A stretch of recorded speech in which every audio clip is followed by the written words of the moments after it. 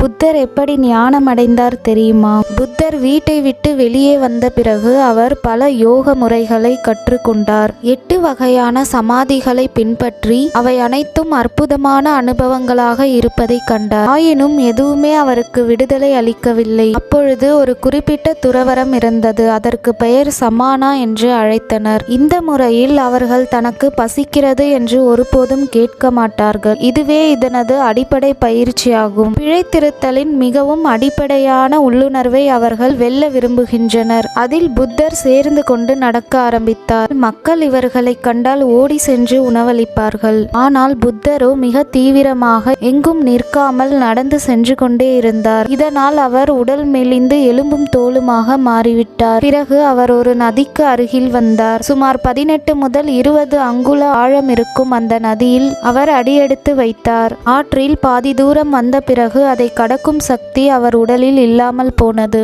அவர் அடுத்த அடி எடுத்து வைக்கும் வலிமை இல்லாமல் அப்படியே நின்று கொண்டிருந்தார். ஒரு 2 நிமிடம் அப்படியே நின்று கொண்டிருந்த பொழுது அவருக்கு அந்த நொடிகள் பல வருடங்கள் போல் தோன்றின. பிறகு நின்ற நிலையிலேயே இருக்கும் பொழுதுதான் அவர் உணர்ந்தார், நான் எதற்காக முயற்சி செய்கிறேன்? நான் எதற்காக நாடு முழுவதும் அலைந்து கொண்டிருக்கிறேன்? இதை கற்றுக்கொள்வதும் அதை கற்றுக்கொள்வதுமாக நான் எதை தேடிக்கொண்டிருக்கிறேன்? பிறகு அவர் ஒன்றை உணர்ந்தார். உண்மையில் இங்கு எதுவும் இல்லை.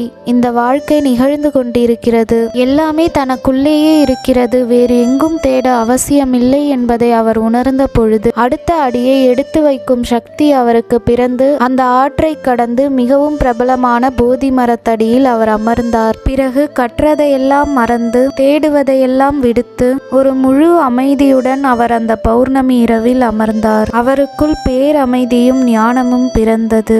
பிறகு சிறிது நாட்கள் கழித்து அவருடைய சீடர்கள் அவரை கண்டனர். அவர் சீடர்களின் மனதில் இவர் சாப்பிடாததால் உண்மையிலேயே இவர் உறுதியானவர் மற்றும் தீவிரமானவர் என அவர்கள் எண்ணியிருந்தனர். இப்பொழுது அவர்கள் புத்தரை கண்ட பொழுது அவரது முகத்தில் ஒளியையும் தேஜஸையும் கண்டனர். அவர் கண்களை திறந்து தங்களுக்கு போதனை வழங்குவதற்காக காத்து கொண்டிருந்தனர். அவரோ கண்களை திறந்து அவர்களை பார்த்து புன்னகித்து, நாம் ஏதாவது சமைத்து சாப்பிடலாமா என்று கேட்டார்.